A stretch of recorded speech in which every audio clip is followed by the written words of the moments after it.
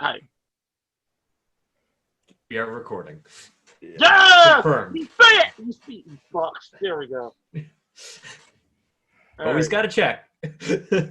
We really do. We lost one episode. We always got to check. Kumite. Yeah. Eric? Oh, right. Yes. Hello, everyone, and welcome to Is It Rotten? And today we are covering a both unique and not unique movie in sort of ways. We're covering Buzz Lightyear of Star Command: The Adventure Begins. So it's the only 2D Pixar movie in existence. So yeah. Obviously, we all have varying experiences with this movie. Varying as in, some of us grew up with it, and Scott has never seen this movie before. So, yeah, I mean, Zach, why don't we start with you? What was your first experience with Buzz Lightyear of Star Command? Both specifically this movie and the... Okay, this movie, I remember ads for it. And then I remember season 2 being on, catching a couple reruns after school, and then waiting until it came back around to this, and then watching the episodes. The first time I've watched this version. Right. Yeah. Because an interesting fact about this specific movie is that, it was created as a pilot for the TV show. With recorded voice audio of the Buzz Lightyear of the TV show, Patrick Warburton. And then they decided, hey, let's make a movie of this, and also let's not do the Return of Jafar thing and have Tim Allen redub Buzz Lightyear. Which he got an award for. And I'm like, he does not deserve an award for that. Yeah, there's some tonal differences between their performances. Oh, that's an understatement. Yeah. And it shows in some of the scenes. I have not seen any of the Warburton version. The Warburton version is superior. Awesome. It's superior. He is, well, that's the thing. He's supposed to be dopey. Tim Allen can't do dopey that well. Like dope, like wide-eyed optimist dope, he can't do. Idiot, he can do. Yeah, it's like just imagine all these lines with Patrick Warburton doing with Patrick Warburton doing Will Shatner sort of impression. Well, that is Warburton's Buzz Lightyear. It's Patrick Warburton doing William Shatner. Well, that would be a very bad situation for Star. Yeah. But other than that, these first 3 episodes are exactly the same. Pretty much. Yeah. I mean, other than the opening scene, which we'll probably get to, one way or the other, we'll get to it. Yeah. All right. Who's next? Mac. Why don't we go with you? I'm not gonna lie. I watched Buzz Lightyear Star Command, the animated series on Disney. Well, I think it was Saturday. It was on Disney. I don't know if it was on Disney. I know it was on Fox. It was during that time when Fox was putting Disney shows out. Before eventually Fox got bought out by Disney, but I don't think it was Fox. I think it was ABC, but yeah, it was ABC. No, it was ABC. Probably. Yeah. Disney won it. Okay, yeah. Anyway, I know. Look, only people like me, Eric, and Billiam know that shit. Yeah, I don't know. I didn't remember it was ABC or Fox. I'm sorry. I remember the blocks. Blocks. Well, I do know when I grew up, Fox, the Disney shows are on Fox too. So don't start that crowd. I know there was Fox. So no, it was the DC shows that were on Fox. Well, no, they were Marvel. Yeah, but that was also before Marvel bought Disney. Yep. Yeah, and that's when scratch that, reverse it. There is so much going on that there's no way to actually articulate this. Right. Yeah. Look, let's just say I saw the series. Yeah. I love the series. I enjoyed it. I laughed at it. I love the voice cast. Like I said, Patrick Warburton, man, he's Buzz Lightyear to me. Lightyear for me. Yeah, it's so bizarre. It's like having grown up with the series and then going back and watching Tim Allen perform as this Buzz, because it's weird. It's weird. It's only weird if you know what it's supposed to be. Right. Like I said, because I understand Toy Story. Right. I'm not taking it away from Tim Allen in Toy Story. I liked him in Toy Story. But it's a different character. The thing is, the Tim Allen, and that's purposely delusional. Yeah, right. Yeah, like even when he finds out, he still has a little bit of that delusion in him. Right. Like at all times. Right. So yeah. And if you think about it, that's a completely different character. Right. And it's like what you have to realize about the difference between this Buzz and that Buzz is, like, yes, like Zach said, is the delusion is never broken because he's not delusional. Yeah, he is. Well, he's delusional. This is effectively the character that Buzz thinks he is. Right. The whole point of that Buzz was perfect for Toy Story, because you really believe that he is that, and then you just look like, oh, he actually is this person. Also, this Zurg, significantly better. Oh hell yeah! Lee, this Zurg is so good. Wayne Knight played that. Yeah. Well, the Toy Zurg is just like, it's just in toy mode. Toy Zurg is Darth Vader. Yeah. But he had. We'll get to that later. But it's like toy. This Zurg has like elements of, like, it's got elements of Skeletor. It's got elements of obviously Darth Vader still. But it's like he's such a. It's like he's the comedic villain that is at no point incompetent. He just has some very wacky schemes. Yeah, I not really spoiler alert, but since I got home from work today, and I'm like, we're recording at 8:30. I'm just gonna watch some more episodes. So I watched the episode where Zurg essentially is stationed under Booster's home farm and is making a killer plant vegetables. Right before we recorded, I rewatched the zoo episode, which I fucking love that episode. But yeah, Scott, as having never seen this or the cartoon, what were your initial thoughts? Honestly, I don't know how I never did watch the cartoon. Like, I was the perfect age when the show came out. I watched the first 2 Toy Stories in theaters. I think the first one is like the first movie I actually remember seeing in theaters. But I just never watched this, and I mean, it was actually really good. It reminded me a lot of like the Guardians of the Galaxy movies. Yeah, it has a lot of weird similarities to them. Like a decade and a half before the Guardians of the Galaxy movies came out. Yeah, they've got like the ego, the hive mind going on. You've got just like the ragtag team coming together.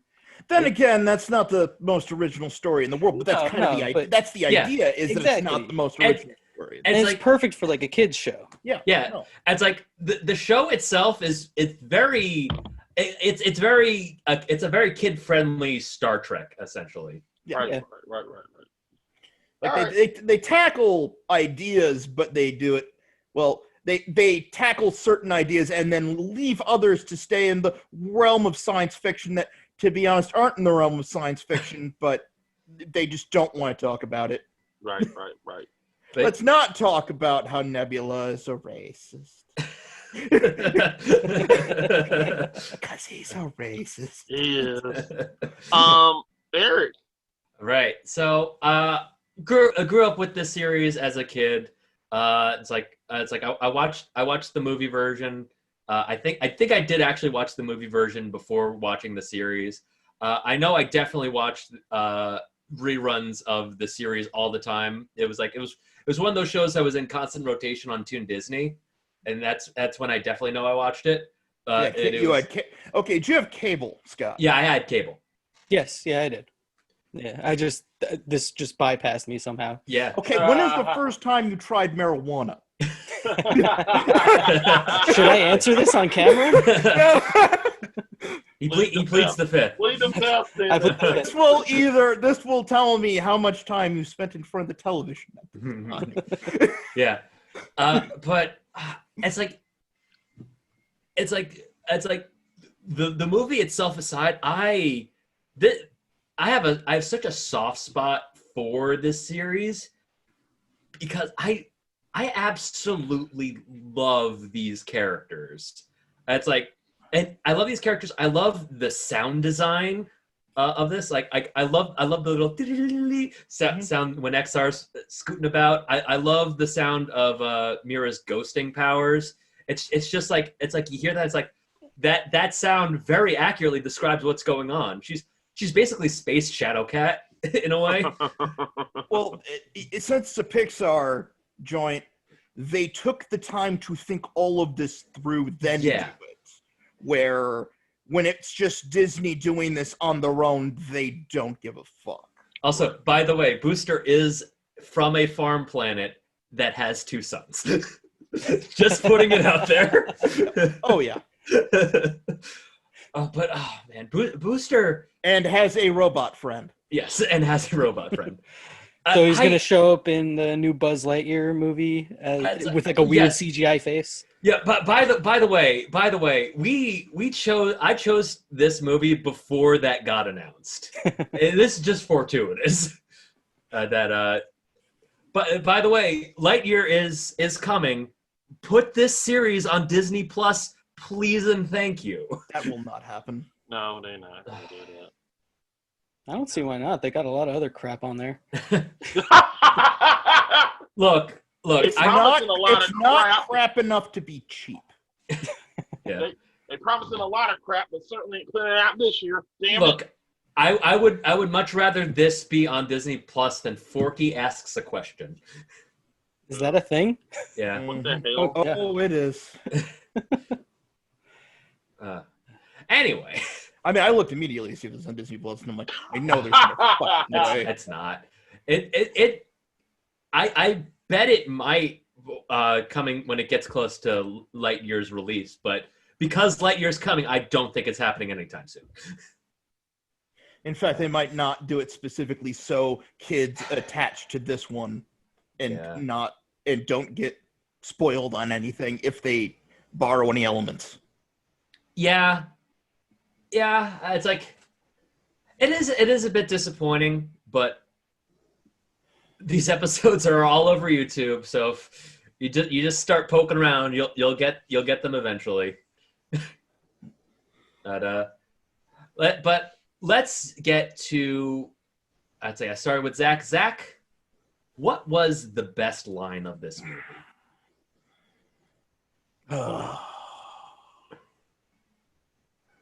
Honestly, it's pretty much anything the LGM say, to be honest, is part of it. They're like the running narrators of the actual story. Yeah. And for me, it's the we fixed him, we think in the whole arm line. You fixed him. Because like that's why I put that in the group chat. I did not think about how fucked up the Unimine is as a kid. Now I'm like, oh god, that is bad. Oh man, that did not. They kid friendlied it good. Yeah, it's like it's bizarre that this concept comes after like the StarCraft. Actually, does this come after the StarCraft Zerg Overmind? I think it was right around that same time. I think it's. But then also before the Gravemind of Halo. Like this is like the creamy center of that. This is like the nice version. Yeah, if you told me the creators of Halo saw this, it would not surprise me. Yeah.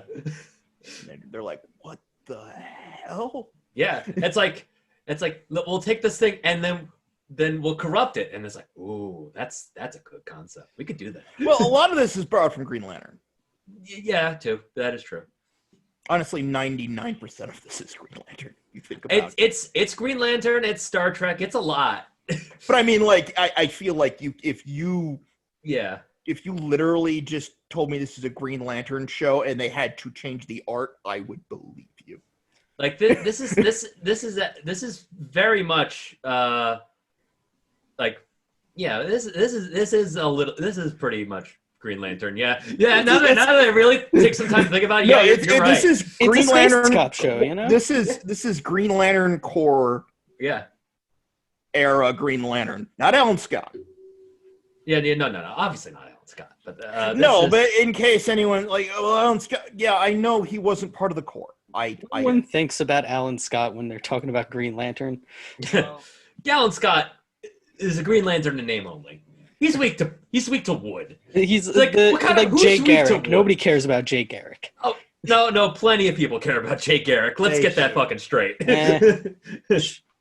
I'm gonna be honest. I am partial to Kyle Rayner. He's probably my favorite. Same.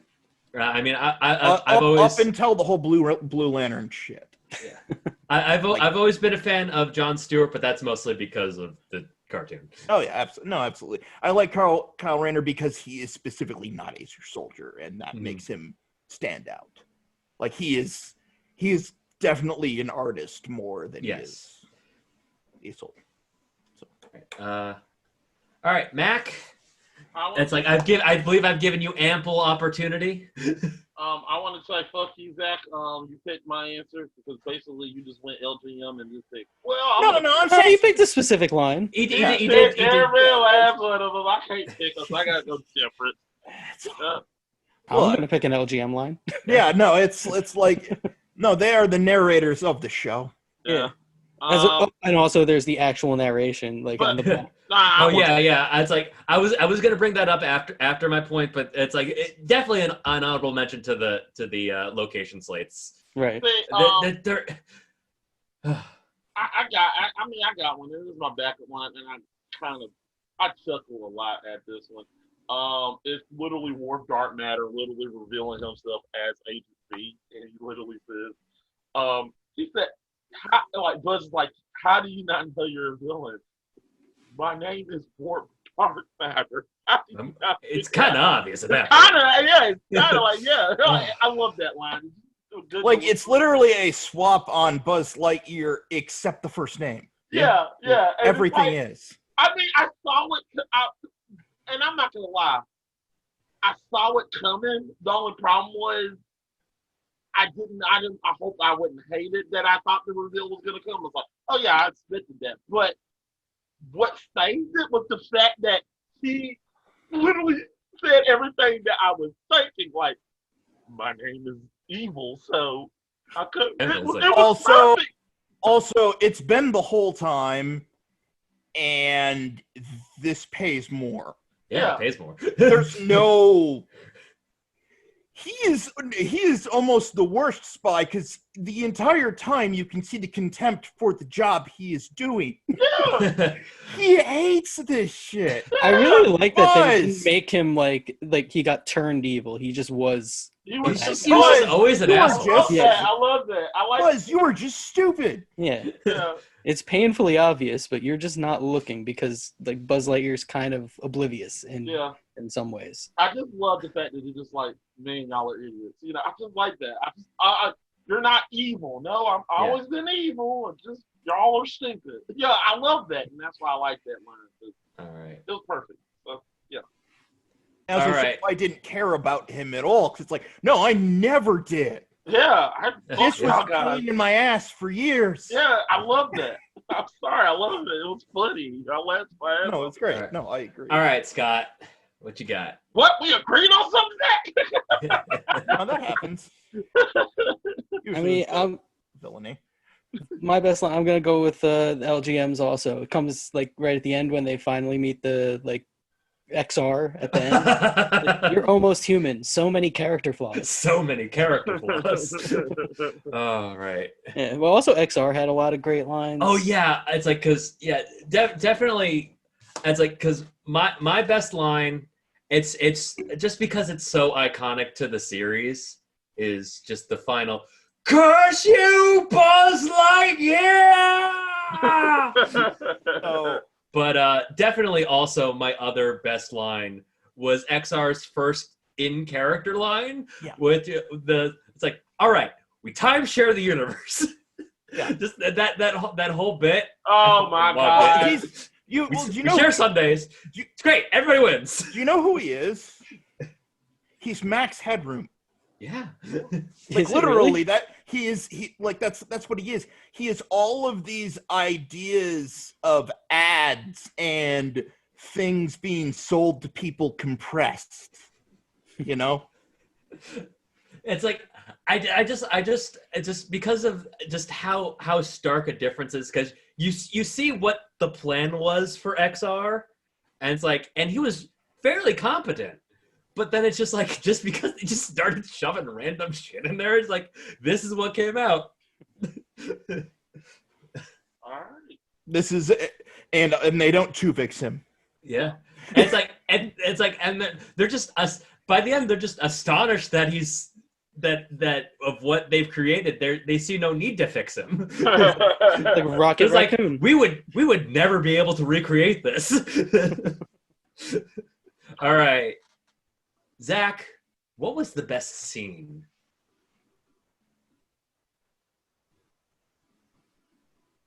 I'm gonna go with introducing Mira.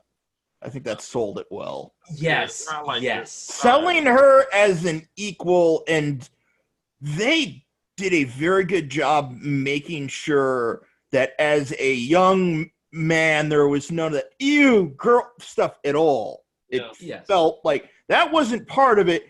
He's just an asshole. Like, you didn't feel like that was part of it. Right.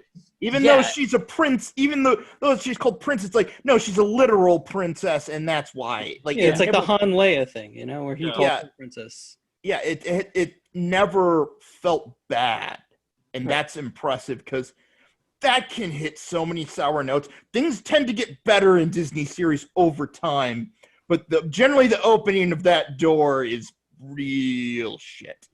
All right. Yeah. I like the fact that they didn't do. I liked it. I did like that. So, yeah.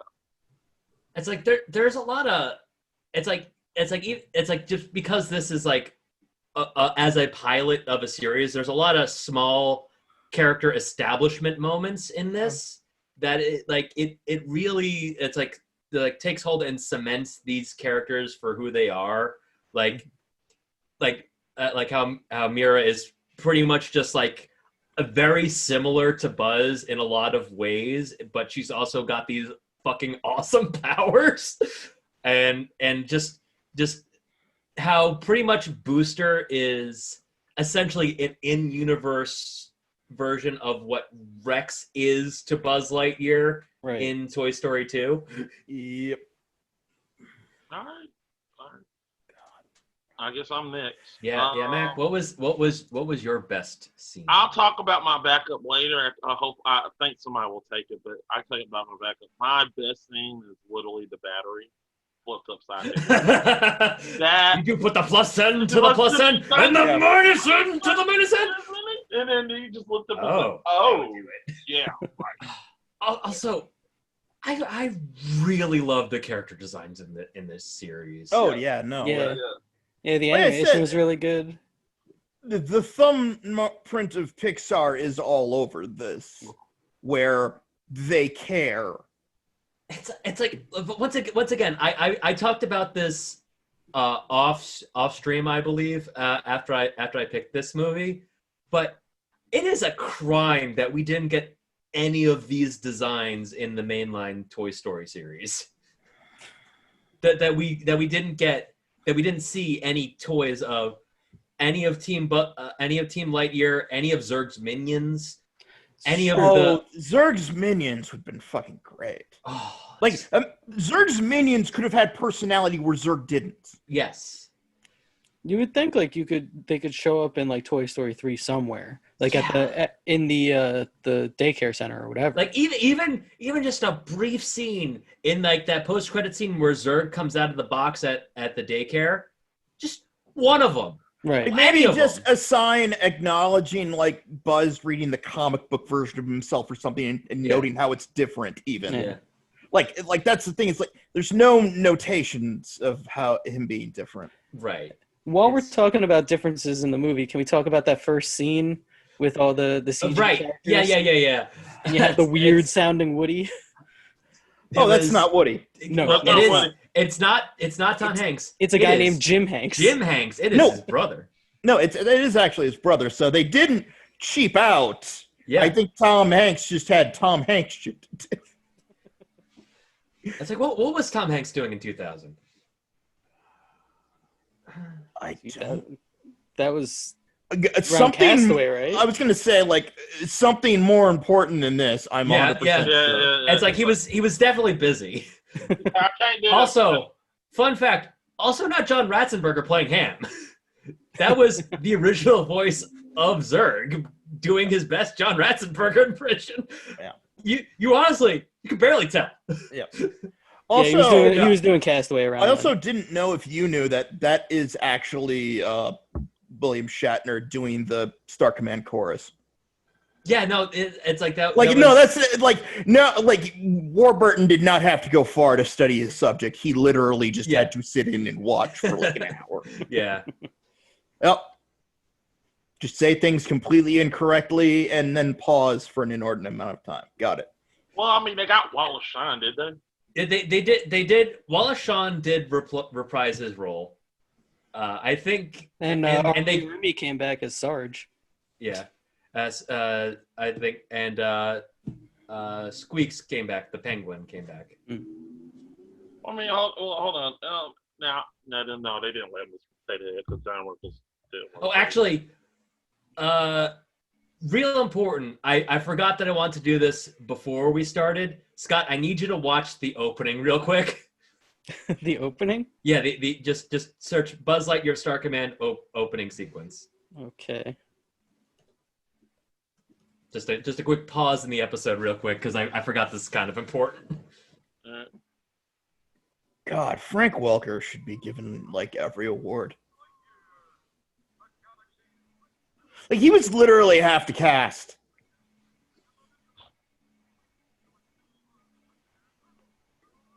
Yeah. Are they CG? What? Wait,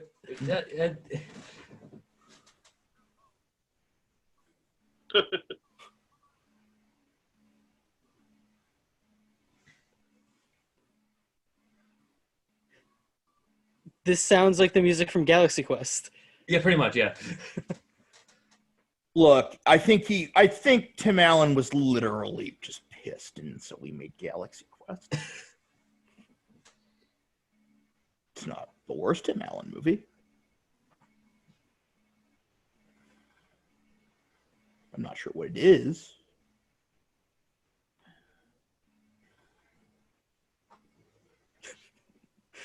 Was he like cowboying that rocket? Yes, yes, he is. But yeah, the reason I needed you to watch that is just because I love the insinuation of the opening that this is a show in the Toy Story universe that the toys watch on a regular basis. Because that plays before every episode of Buzz Lightyear of Star Command. So this is how Buzz is like learning his history. Pretty much. I am a fraud every week. every week it's imposter syndrome with Buzz Lightyear. Anyway, There's dark undertones to everything in this show. yeah. Well, Toy Story, there's dark undertones. Right. Yeah, That is true. It's a there's very dark existential undertones to that entire series. series. that series is really dark for a bunch of sentient toys. Honestly, Yeah. the concept of sentient toys is dark. Yeah. Like that's the thing. It's like no, Pixar most of the time they're like, let's think about this concept, and it's like you think they stop just far enough for you to go, oh, maybe that's going to be kid friendly. But yeah, it's like anyway. Think about it even a step further. Most sentient toy movies are like evil toys. yeah, like small soldiers. Yeah, Chucky. Awesome, I love it. My best scene. There is so many. I will go for the exchange of that's like it's multi-layered because it's like you have the whole interrogation scene at the beginning of the movie with Zurg interrogating the LGMs for the location of the Unimind, and then just Warp Dark Matter being the slyest shit ever. He's like, by the way, how do they do their mind link thing? And Buzz is just like, yeah, he's just chatting with his partner. It's like, yeah, it's the Unimind. It's on their home planet. I was like, well, I didn't know that. Yeah, it's need to know basis. I'm your partner. I need to know. Well, now you know. Is there anything else I need to know? No, you're all cut up. It's like in that snippet, it's like you understand how Buzz fell for it because he's so good at playing Buzz's friend. Okay, yeah. Like he knows the exact buttons to push on Buzz, and that actually is then shown throughout the rest of the movie. Where if in the first scene that you see Agent Z, and you have half a mind to pay attention, it's the same voice actor. Oh yeah, like, no, it's like it's barely a filter. Right. Can I say I wish they would have kept him in shadow or something? Yeah. They could have. I get they probably wanted to make a toy of him and have it out on store shelves. That'd be my guess. My backup answer was the obvious door thing in the beginning with Zurg. They literally just kept opening the door thinking it was Zurg. Like, oh my I didn't give my answer. Oh, sorry. I thought we did. I'm sorry. No, it's all good. I'm I just sorry. realized. Yeah. Yeah, the thing is we got caught on a tangent with the opening. Well, this whole thing is a tangent. Yeah. My bad. The best scene for me was when they send in the LGM drone that like has the blow up body to get to the hive mind. Yeah. That just had me cracking up. Oh. I mean, I like the claw too. Yeah, Yes. there's like very subtle use of the claw. The claw. Which is weird because this is like a show based on like the toy, I assume. So like the claw is associated through the movie Toy Story. Yeah, it's weird because the claw is only a thing to the LGMs that were inside the claw machine. Right. Yeah. But also, very smartly, at no point do they say the claw. Right. Yeah. So that is specifically something that the toys say. All right. They weren't. But guys, unfortunately, not everything in this movie was great. Zach, what was the worst line in this movie? This is gonna be a weird one, just because it's all in the read. Yeah. My caustic tongue cut him to the quick by XR didn't work. Like, it was the worst possible way he could have read the line for whatever reason. That was a bizarre one. This didn't feel like anything that would have come out of XR. Like there was no humor to it. Like he didn't like go into like it being an old phrase or anything like that. There was nothing. And I'm like, that is what could have happened had he have not tried. Like sometimes that's the worst thing you can hear in something is with voice acting is when somebody doesn't get it right and gets it right for the rest of the time. Yeah, that's fair. That's a fair one. Yeah. All right, Mac. I'm about to get some hate from Toy Story fans. Get ready. To Infinity and Beyond. How dare you? but specifically when he says it while he's inside the Unimind. Yeah. Oh no, it's. Oh no, it is a cash grab. Yeah, that is. Look, I hated What that. else is he supposed to say? Come on, guys. No. It's not. It's the line read. It's Yeah. the line read. It is the so- fact that Tim Allen is doing this for Coke money, and we all. This is so lazy. It's so And it's lazy. like I like before this. It's like of the things that I watched, there is on YouTube a scene for scene comparison of Tim Allen and Patrick Warburton. And Patrick Warburton, it's like there are some things that like it's like Tim Allen does better. Like the "I work alone" line in particular, Tim Allen nails, but Patrick Warburton kind of really cut short. For whatever reason, Patrick Warburton fucking nails the "To Infinity and Beyond" in that scene, and Tim Allen phones it in. Yeah, To Infinity and Beyond kind of. You know he is looking back at the bathroom with the guy who he knows has the 8-ball. Yeah. That's what he's waiting for. Yeah, the way he read it, because both I watched Toy Story, and then if you watch Toy Story, and then you go watch like Galaxy Quest, it sounds like in Galaxy Quest you have more enthusiasm in it. In Toy Story you have more enthusiasm. He's also appearing on screen in Galaxy Quest, so he's Yeah. He's a film actor. It's right. Yeah. I understand this. But like I said, in Toy Story, it just like I just imagine him in the booth just being like, "Come on, I've already said this 1,000 times. Just use one of those." Yeah, he has. And it's one of those things where I do not blame him on those grounds. I blame Tim Allen for a lot of Tim Allen. That's fair. But this, it's like, no. Also, them being completely different characters is a thing where it's like, there's an edge to the idea you're not what you think you are that Tim Allen can pull off that I couldn't picture Patrick Warburton doing. Right. But Patrick, like those are the lines that you were mentioning, Eric, where it's like they're kind of just not right. Yeah. But for the goofy, like actually thinking you're part of this world, Warburton's your man. Right. I'm sorry. I thought I was gonna get hate for this. No. You're completely justified. That it was a bad read. Yeah, I hate you though. It's like we're 2 for 2 on the bad lines are really just bad reads. Yeah. Well, that's I don't hate the line. It is in universe what Buzz Lightyear would say in that moment. It's just the line read sucked. Yeah, it just sucked. I'm like, I was like, oh god.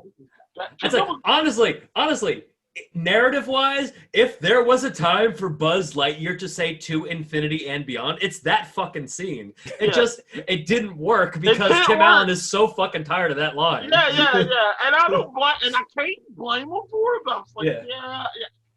It just is so boring. It was so bad. I was like, it was flat for a universe-saving wave. Yeah, like To Infinity and Beyond. I was like, oh, man. It sounded like he was drinking scotch. Well, here's the thing. It's also the three of us have grown up with the fleshed out version of all of this. Yeah. So we notice when it is not up to par immediately with how the series evolved over time. Right. How are they going to work that line into Lightyear? Like, Lightyear's supposed to be the real version of Buzz Lightyear? Yes. It's going to be really awkward to work in To Infinity and Beyond. It's going to be... It's probably going to be something that he hears, and he's going to be like, oh, that's so fucking cheesy. And then, at the very climax of the movie, he's going to fucking say it. That's going to be how it is, because that's how movies work nowadays. Yeah. I hope it just looks like when they landed on the moon, and he's just like, To Infinity and Beyond. Like it's just like super casual. Okay, if I trust anyone to do it, it's probably Chris Evans, though. Yeah, I trust him to do it because he kind of already did it with like the first Captain America. While it wasn't the strongest, you can see that. No, he knows the idea of becoming the goofy part. Yeah. He gets that. All right, I guess Scott. All right, yeah, Scott. What was your worst line? I mean, it's the bad lines aren't even that bad. I have not a lot of them written down even. I admit it's not bad. I agree with you. It's not bad. It's just how I'm surprised my pick hasn't been chosen yet, but we'll get to it. Mine, I guess it's when Buzz is watching them train, and he's just like, "They're only rookies. I train on level 9." Just for some reason that line annoyed me, and I wrote it down. It's just one of the 2 lines that I have. Once again, it's like in the side-by-side comparison of Tim Allen reading that line and Patrick Warburton reading that line, it's a lot better than Warburton version. You need to see this again with the Warburton version, and Yeah. you'll be like, "This wasn't even animated for Allen." It wasn't. Hell, I should have done that before we did this. Yeah, honestly, yeah. Yeah. It's like I tried to find it, and I could only find it's like episode 1 listed on YouTube is the first episode with the cloning guy. So yeah, no, but yeah, so I am shocked that nobody chose "This is space, I work here." What a bizarre line to start a movie with. It's not even like, it's like it's trying to be like a Stardate whatever, but it's like, "This is space, I work here," is dumb. It's just dumb. Yeah, it's like okay. It's our one choice that is, it's a bad line, not just a bad read. It's just a bad line. That line could work in a different movie, just not Buzz Lightyear movie. I can tell you why it didn't hit me. I've watched way too much Red Dwarf for that to bug me. Stupid lines said in the vacuum of space are that show. Yeah. It's like I just thought it was a joke like that. Like, yeah, no, the issue that I'm coming across is that I saw that line and I'm like, oh no, is this one of those situations where the show's not as good as I remember? It's like I heard that line and hit immediate panic. Hey, that's and then like the rest of that scene played out. I'm like, oh, thank God. No. I also think the read and a little bit of rewriting could have fixed that easy. Yeah. But once again, that is also a little bit because it's Tim Allen. Yeah. And also, like, maybe instead of "I work here," like pantomime or something like that, probably would have been a better choice. You know, like, just, yeah, it's something like that. Sometimes sometimes if something's too heavily written, I've noticed in animation that can really. It's like it's bizarre because it feels like the scene itself is like, I think it's just a weird insert to act as a transition between the 3D animated opening and the 2D traditional animated opening, where it's like, oh, we put it in, and then it's immediately we're on the mission, and now they had to have this weird mission log beforehand that's really not a part of anything else in the movie. It's bad, and it starts off on a terrible line. Oh, Right. All right. And Zach, what is your worst scene? Or change. Or change? Yeah, change is no. We all know the worst change. The worst change is having this redubbed as Tim Allen. We can all. Damn it! That was gonna be my answer. Don't even try. We've been shitting on that the entire episode. You can't choose that. I wouldn't. Come on. Can I say the worst change result of the change being that he won an award? Yeah. No, I agree. What award did he win? He won a voice acting award for it. You do not deserve a voice acting award for showing the fuck up. He barely showed up in this, honestly. Yeah, no, I don't know why it bugs me a lot. I don't know, when you're really into animation stuff, voice acting, sometimes if you can tell that it's a star, like if you're there for a single episode and that's your character, fine, whatever. Okay. If this is supposed to be a baseline thing, then I'll care. But no, other than that, I'd say worst scene. Easily, it's the end thing of To Infinity and Beyond. Just the whole thing is just kind of lame, and not in the fun way it should be. It should be lame, but it's not fun lame. Yeah. It stopped doing the camp part and it failed that way. Well, damn it. That was my answer. son of a All right, bitch. yeah, Mac. Do you have a backup answer other Well, than the my obvious backup answer? the backup answer was the obvious answer.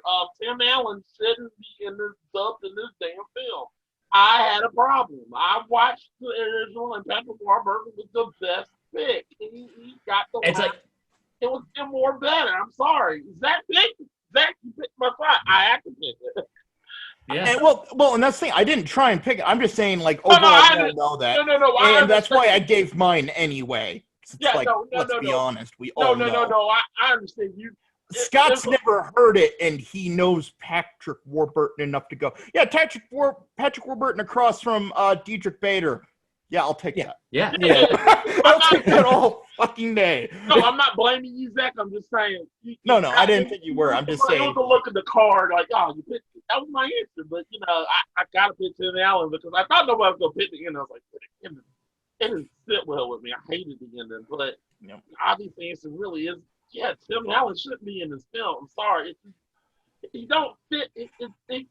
Toy Story. He fits with fucking Toy Story. I think what's most telling is that when everybody's talking about this Lightyear movie, everybody's like, "Oh, you're gonna have Patrick Warburton in it," and nobody's like, "Oh, you're gonna have Tim Allen in it." No, everybody wants the Patrick Warburton version to show up, not the Tim Allen version to show up. Well, here's the reason why it makes sense to have Warburton play the character, because it's a fucking TV show. It shouldn't be the same actor that voices a damn toy. It should be a person that's actually going to voice act the show. So that's the thing that kind of pissed me off with this. I'm like, well, we need continuity. No, have you seen shit? Christopher.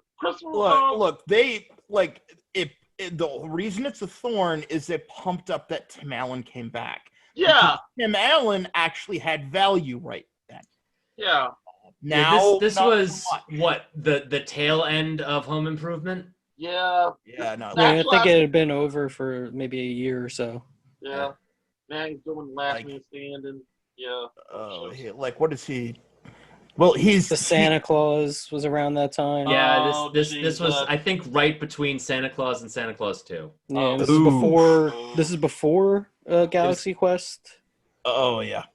I think it was before Galaxy Quest. No, it's not actually. Oh yeah, Galaxy Quest 99. Yeah. No, it's like literally they were doing it the same time. Yeah. Oh, so he might have just thought he was doing like voiceover for that movie. You don't even know, to be honest. This is quite possible. He's like, why am I saying To Infinity and Beyond here? Yeah, and it's like, did I mix up my Toy Story 2 script and my Galaxy Quest script? I don't know. Let me do some more coke. Yeah. When did I film Jungle to Jungle? Holy shit! Jungle to Jungle 3. And why did you replace Alan Rickman with the guy from the Drew Carey Show? What the hell? Anyway. Wait a minute. This is my kid. And then somehow we got the entire film of Big Trouble and Joe Somebody. I actually kind of like Big Trouble. I like Big Trouble. Joe Somebody's a different story. Joe Somebody is such a nothing movie. It is exactly what the title implies. No, but the reason Big Trouble works is that's Barry Sonnenfeld. Right. Yeah. So I'm about to say fuck. And a great cast. Anyway. Yeah, we've gone off base. God, talking about different Tim Allen movies now. God, what is your worst scene? I gave that. Warp's funeral. Honestly, that was like the only one that I really wrote down because it was the only one that kind of like felt that it stuck out. It's like the one good thing about that is that they turned back around and just mock Buzz with it. Right. Yeah. That's why. Like, I wrote it down, and later I was like, oh well. I mean, they kind of brought it back, but it just didn't work for me. It's like they're just laughing at Buzz. Ha ha! You thought he was dead, idiot. Yeah, it's like it comes back around for a good bad guy moment. Yeah, it does. It does. Can I say I'm very sad now because I'm Pushing Daisies and The Tick are both canceled. That makes me sad. Yeah. Yeah, I was sad when I heard about The Tick. But anyway, my worst scene. It's like it's tough.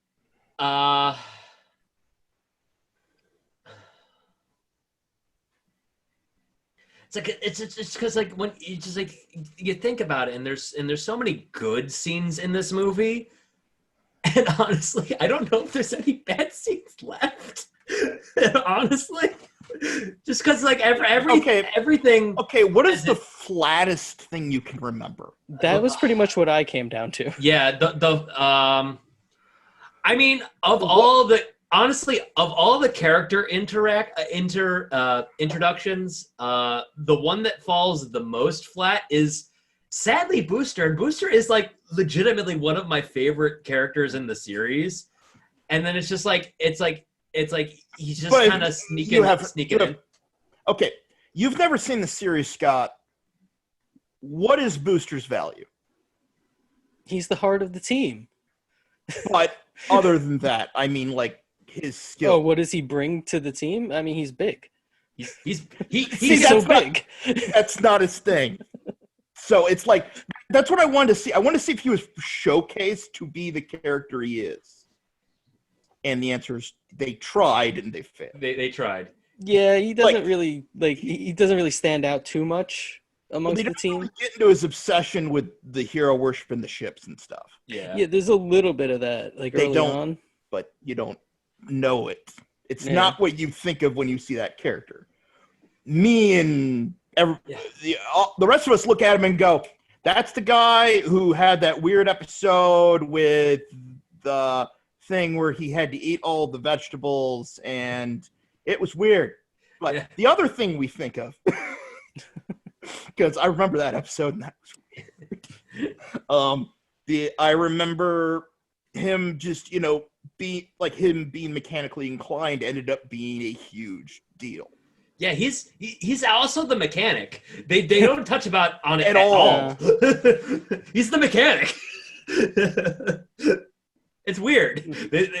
It's like they see him cleaning. Yeah, he's a janitor at first. But that's why he's looking at all the ships and that is why he looks at it like a car guy looks at it like a Corvette Stingray. Yeah, because it's like you see him cleaning, and you also barely see his food obsession too. Mm-hmm. He's kind of like a Chewbacca a little bit. Yeah, he's pretty Chewbacca-y, honestly, and also goes back to that with the metal sequence. Like he's too big for metal, but here's the tiny metal that we could pin on him. Yeah. Which it's like I was like, hey, we solved the Chewbacca problem. Hey, at least it didn't wait 40 years to give it to him, Yeah.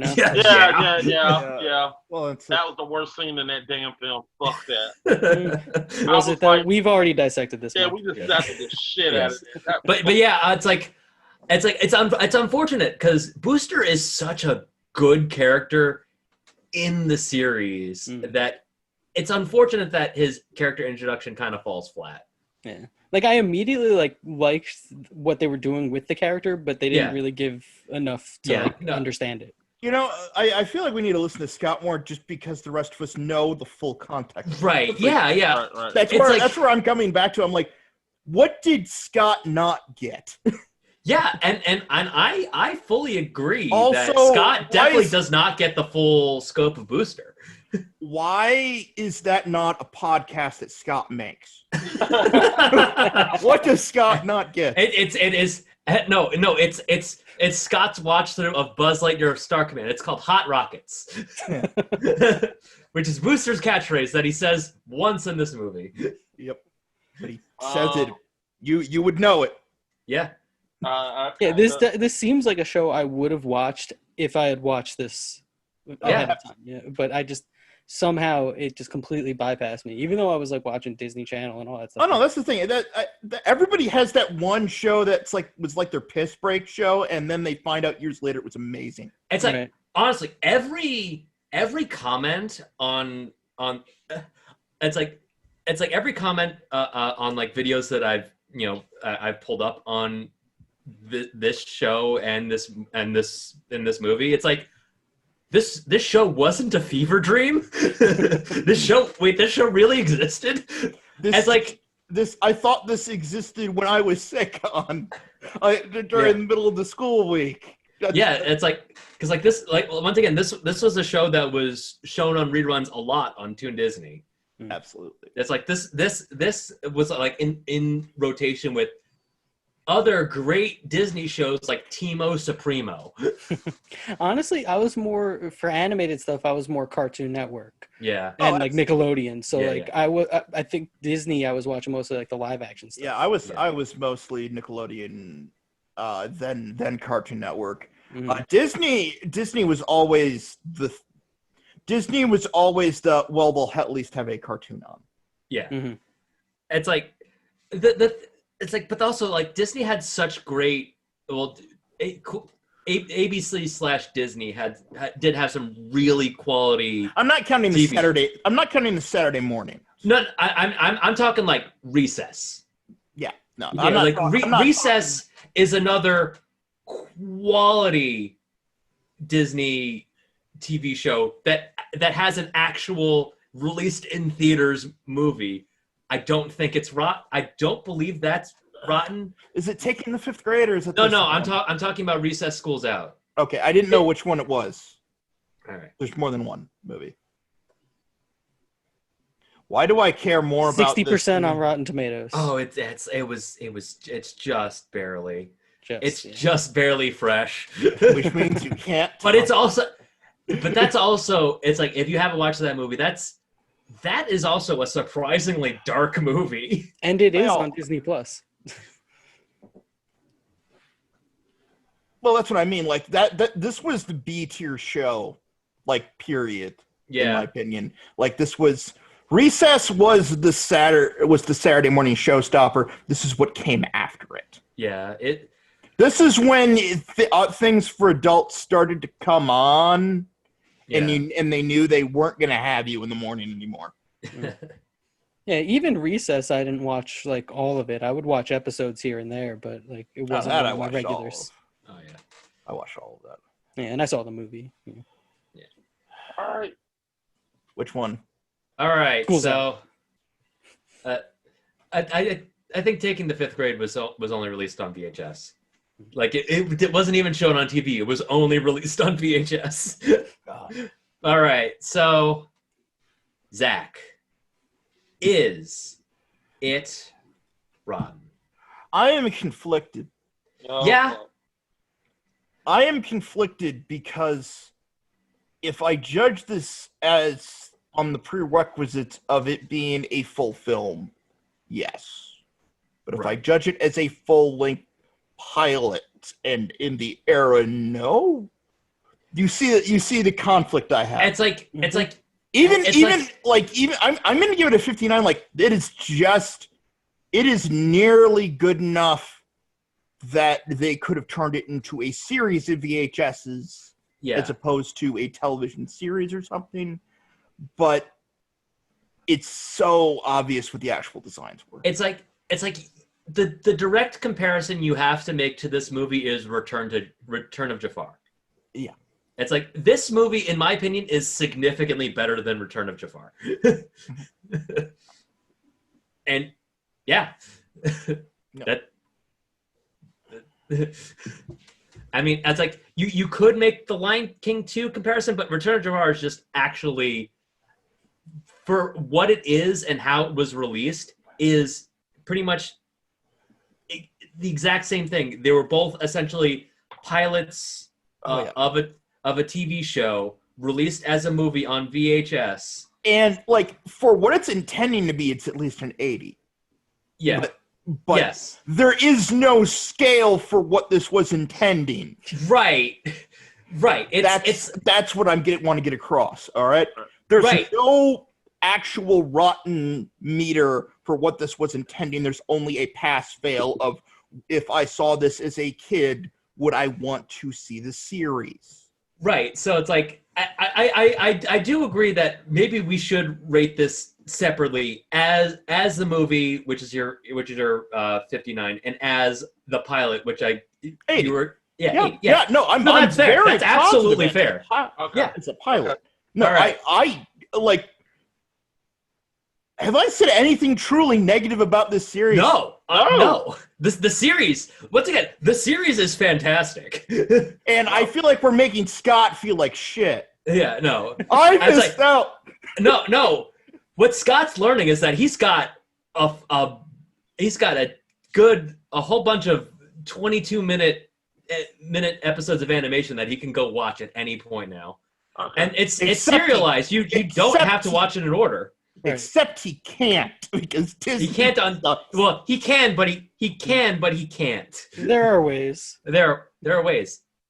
They're just uploaded on YouTube. That's it. That's it. Okay. All right. So I mean, to be fair, it's like we've never done this before, but also we haven't really covered a movie like this before. Like, so it makes sense to judge it on both merits. Well, to me it's like the inverse of something like Rugrats. Yeah. Where if I was to rate Rugrats as whether you would see that and then watch the show, probably not actually, because the stories. Yeah, but Rugrats. I mean. Go ahead. No. If that would have just come out and that's going to get you to watch the show, I don't actually think that'd work very well. It's like too in. It's too much too in. So you couldn't. It's like I'm glad Corey hadn't seen the show or the movie before watching the movie because we got that unique perspective. But I at no point thought that watching this movie. It's like you should never go from Rugrats the movie or Rugrats in Paris for that matter, especially either of them, to watching the show because tonally they're completely different. Well, one is nearly an experimental art film collection. Yeah. So yeah, no, that wouldn't make any sense. Right. Yeah. No, it's the intent. Yeah. All right. So Mac, on our new made up double scale. I'll ask first for as a movie, is this rotten? Hell no. I disagree. I think it isn't rotten. As a movie, it made me want to go see the series. If I was watching this as a kid, it would make me want to go watch This is the proof that Mac does not understand the concept of the scale. Yes. Yeah. Mac. Let me talk. We are. I like the movie. If it went, it's 75 to me. On the fact that because here's the thing, the story was done well, everything about the film was done well. I didn't hate any of the scenes. The only problem I had with one thing was Tim Allen. If I were to think, hey, in my mind, if they flip that, put Patrick Warburton in this could be an easy 81 to 82. But because of Tim Allen, it's gotta be it's not bad. I'm looking. Story's not bad. It's good. The animation's good. The storyboard is done. I like the story. I like everything about it. I love it. It's a 75. I'm sorry, I liked it. But right, so Mac is 75 for movie, 82 for pilot. Hell no, I'm going 90 for pilot. This is good. This is very, very good. The pilot actually gets me into one. If this is really a pilot, I would watch the shit. If I was watching this as a kid, it is a pilot. Yeah, no, it is. No. I'm just saying, if as a pilot, this does what it's supposed to do. It makes me want to go watch this series. And what's next? What are these guys gonna do next? And I always think of it from the perspective of showing this to my nephew. My nephews are really, really young. If I were to show this to my nephew as a pilot, they would want to know. They would want to know what happened next. So, as a pilot, to get somebody into it, 90. It does a good job of that. Yeah. Honestly, yeah. I don't disagree. All right, Scott. Is Buzz Lightyear of Star Command, The Adventure Begins, rotten as a movie? No, it is not rotten as a movie. I would give it like a 65 as its own movie. Yeah. Because, it like mostly works, but like certain things for like as a standalone thing kind of don't really mesh together. It's like clearly leading into other stuff. Yeah, it needs some serious editing and stuff. That's the entire thing of why it's rotten. It to me is all about like, okay, it just needs to be reformatted. Yeah, the base story isn't the problem here. Yeah, even still, I think like it does overall work as a movie. It just needs some tweaks to like work better as a standalone, So that's why I don't think it's necessarily like rotten. But as a TV show, as like a pilot, I would give it a 70 because I think that like it works. It gets me interested in watching the show. I might actually watch a couple episodes just to see what's going on there. Look. get a better feel for the characters. I mean, directly Patrick after Warburton talking to Diedrich Bader. That I want to see. I want to see. it's like directly after this, I'm gonna link you to the comparison video that I had watched, And you'll know. And you'll know. Sorry, somebody asked me. Hey, Eric, is Buzz Lightyear the movie rotten? As a movie. As a movie, no. It barely edges out. There's a lot of the things that are just in this movie and not in the series, like the location slates specifically. The location slates being there are it's like just because of how entertaining just on the it's like since I've watched this movie before, it's like I can anytime that I hear it come up. And just because it goes by so fast, you gotta pay attention to those, and it's just like a lot of it's like under attack, duh.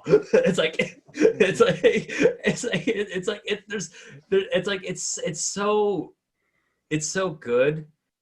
It's like it does lack, and as we've discussed, the Tim Allen performance in this movie leaves a lot to be desired, in my opinion.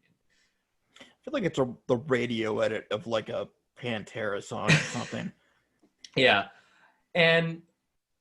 but as a pilot, yeah, I get it's like I didn't actually give a rating. Yeah, as a movie, this is like a 70. As a pilot, this is an 85. Yeah. Yeah. It's like if it's like you could end on the metal scene, but it doesn't end there. Once again, that's the adventure begins. There's so much more after this. So yeah, those are my ratings. All right. But now we get to the fun part, guys. And it's like definitely could go a bunch of different ways with this. Now, I mean, obviously, it's like this movie has no sequel, but it does have a series going beyond this. So you could continue from the medal ceremony. I'm gonna continue from like the end of the series. Yeah, no.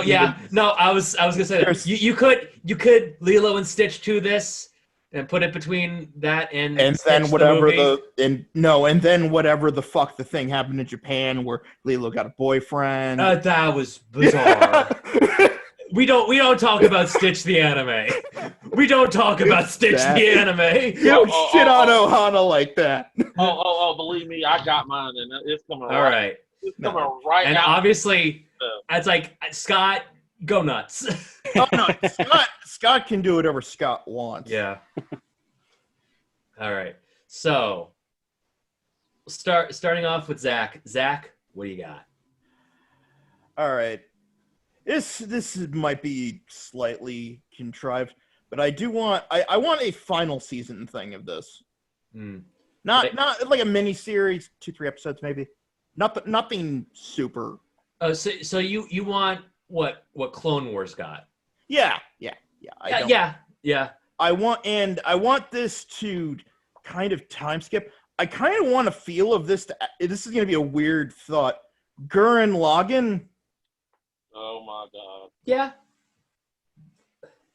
I want the characters to have basically had to go through all of this and it fall apart specifically because Star Command is run like shit. Yeah, it is. How are you a military force that doesn't understand the concept of teams? How are you a police force that understands the concept? I don't understand. They don't understand the downtiss of specialty units. It's only you are a ranger or a. I'm sorry. I'm just saying that, like, logistically, this bugged me the whole time. Yeah. Just, I'm watching this going, and also you have a slave race, and that's not good. Yeah, the bizarre thing is that the concept of there being a team of rangers is a new concept by the end of the movie. At the end of the movie, Yeah, that's it's always just been partners. and I want a little bit of Gurren Lagann, a little bit of like later Metal Gears too, with like I almost kind of want like a boss feeling to Nebula by the where you're like he's dead and XR is kind of nuts now. Yeah. You're going dark. Also, Yeah, but I also, don't want to go. dark. Well, no, he's not. And I don't. Here's the thing. I don't want really falling apart. I more kind of want. Okay, now there are two governmental systems. Zurg is kind of a problem in the far off background, but he's more like that. He's more like he runs he like sells weapons to actual bad guys now. He's not exactly Emperor Zurg, yeah. Like that, I just want to advance the clock. I don't want it to be dour. That's Right. not what I'm saying. Mhm. I'm saying, like, when I say a little bit of Metal Gear, I mean the time progression where it's like the somber moments in Metal Gear, but not the, oh my God, that's horrible moments. Which, Right. I mean, those mix really well in Metal Gear, but that's Yeah. not the part I mean. It's just like, that's not the part I exactly mean with like I want there to be there's Star Command, but there's like Galaxy Force or something that got built alongside another society, and they're like, okay, we kind of have to learn to work together. It's like an FBI, working with a local cop situation or something along those lines. And I want Buzz's chief. I want him to be a little sick of this shit because Do you have a mustache? no, No big No. mustache? no, and it's a running gag. Booster gets a mustache. Yes, Okay.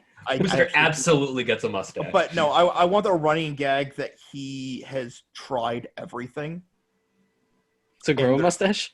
Yes, there's fake hair growth, and like there's a scene, there's a small comedy scene where like Exo, well, actually, be Mira would probably be the best one. Go through the desk and there's a fake mustache. She looks at it. It's puts funny. it back slow. I was Oh, listening no. Mira goes through the desks, come out with a fake mustache. Yeah. I was listening to the Blank Check podcast, and they were talking about the Buzz Lightyear show and how they never show his hair.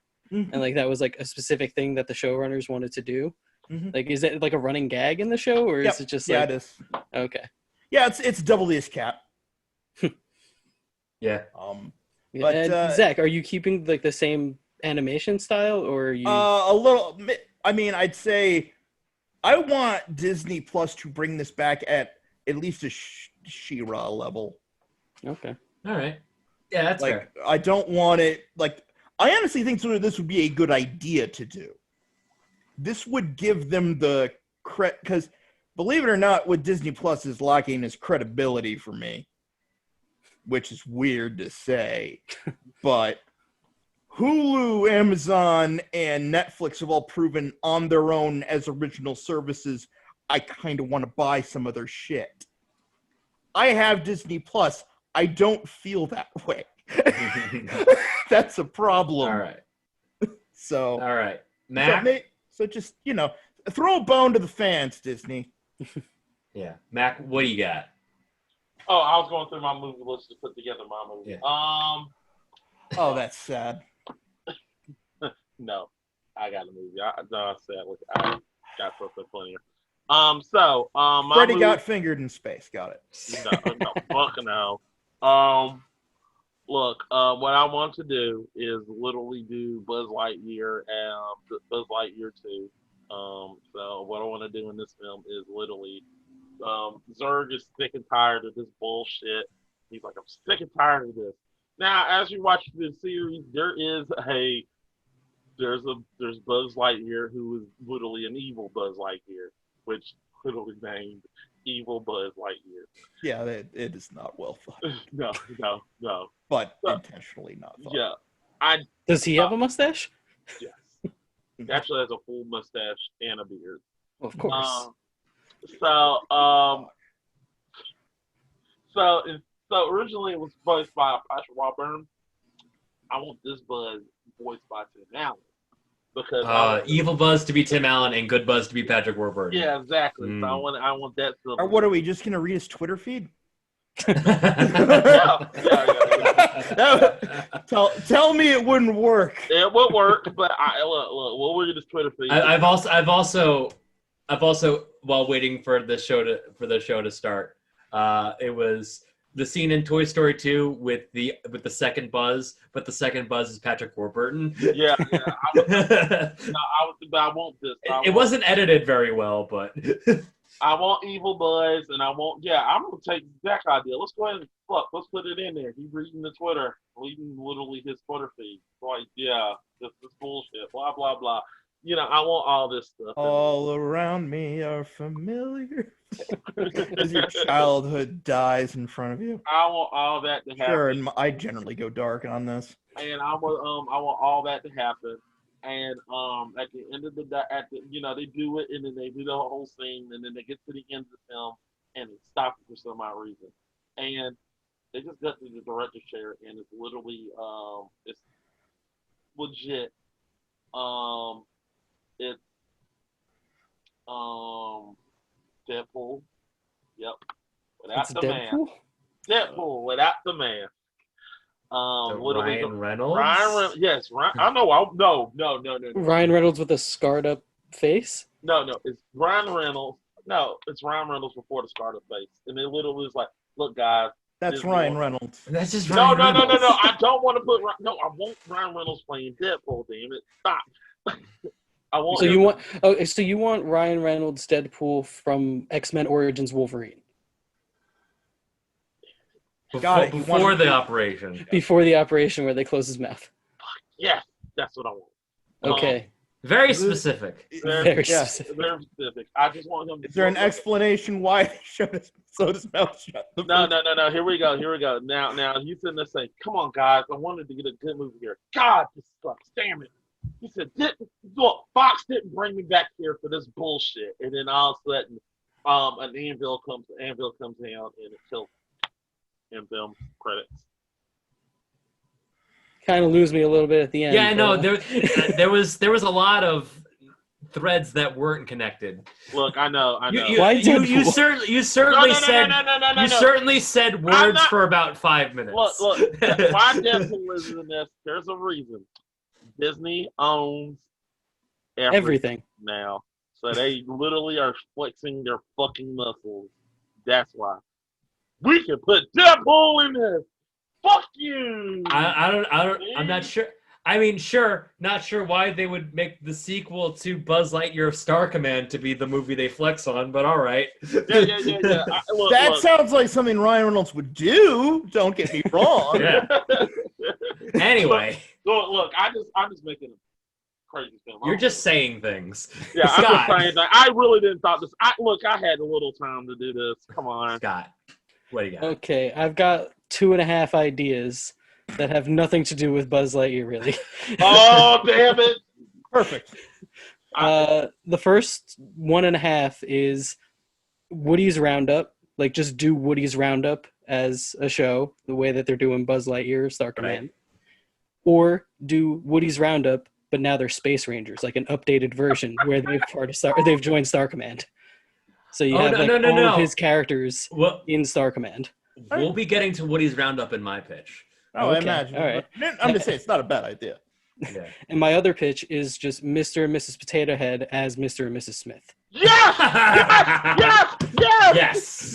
Yes.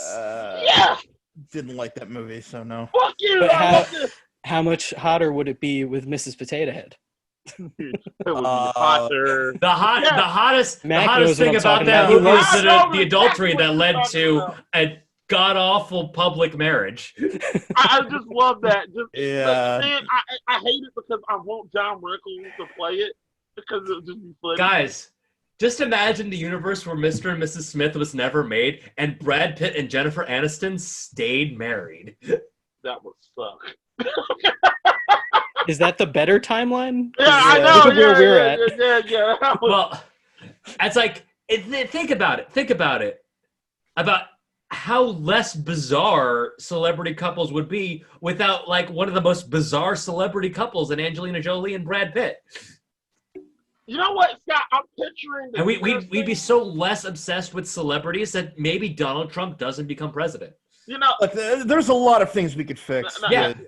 Well, there's a lot of things that can be fixed if Mr. and Mrs. Smith was never made. You know We have what? to go back. We have to go back. Yeah, we You have to go back. You know what, Scott? No, the time cop problem. Damn. All right. You know what, Scott? I'm picturing the dinner scene. Literally in your Mr. and Mrs. Potato Head movie with the Smiths.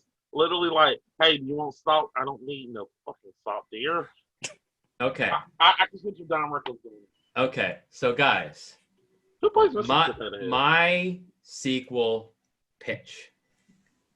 So obviously takes place, I'd say a little further into the series, maybe not necessarily at the end of the series, Right. but could definitely be seen put like anywhere from 2/3 to after the end of the series. Right. So Zurg decides, I'm going to conduct this grand plan. I will create a Zurgtastic wormhole that will completely disrupt all of space and bend Star Command to my whim. And he enlists as a distraction tactic. He deploys every single one of the villains that exist throughout the show. So we have Nosferatu creating a distraction, sucking up all the energy. We got XL doing his XL thing. We got everybody all spread out, and the Space Rangers are spread thin, just trying to contain all the madness. Because at no point has Zurg ever just been, let's have everybody go nuts all at the same time. Oh yeah, no. So as a distraction tactic, disperses Star Command. Buzz like, no. There's no way Zurg does something like this without Zurg himself having a plan. So Buzz and his team goes directly to Planet Z. It's like Zurg, in his defense, is also spread thin to do this plan, so there's no defenses. They just walk right up. And Zurg is in the process of creating his wormhole. But a either well-timed or poor-timed shot from XR causes a malfunction, and they are sucked through time. A lot of their technology fails.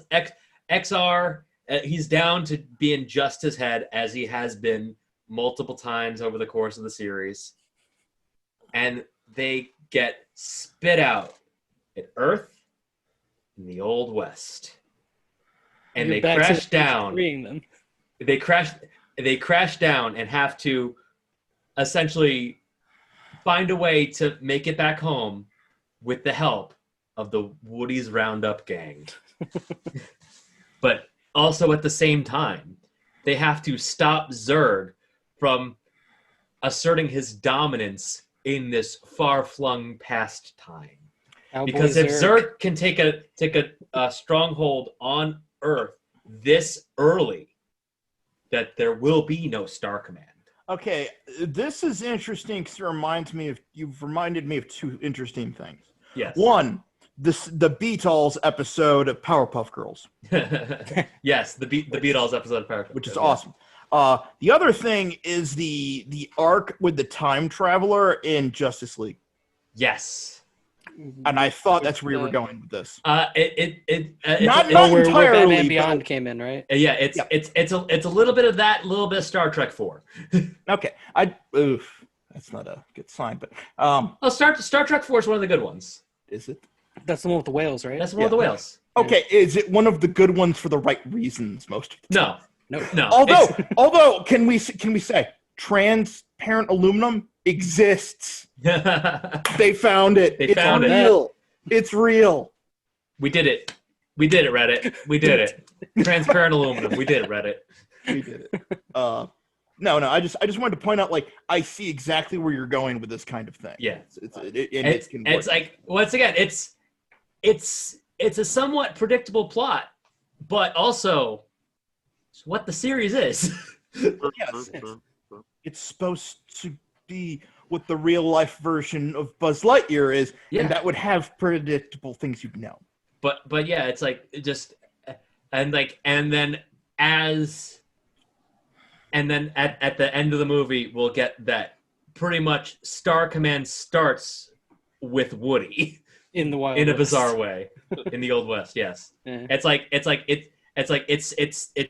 starts with him. It's like in this whole interaction with Buzz is then essentially what leads to He's Jonah Hex. Yeah. It's called Star Command because the badge is a star. Yes. Yes. I'm gonna be honest. I'm pretty sure that this was probably pitched at some point in an episode. Probably. And they probably no said doubt. it probably Tim Allen coked out. Yeah, because they're both kind of cops. Yeah, let's just combine them. Yeah.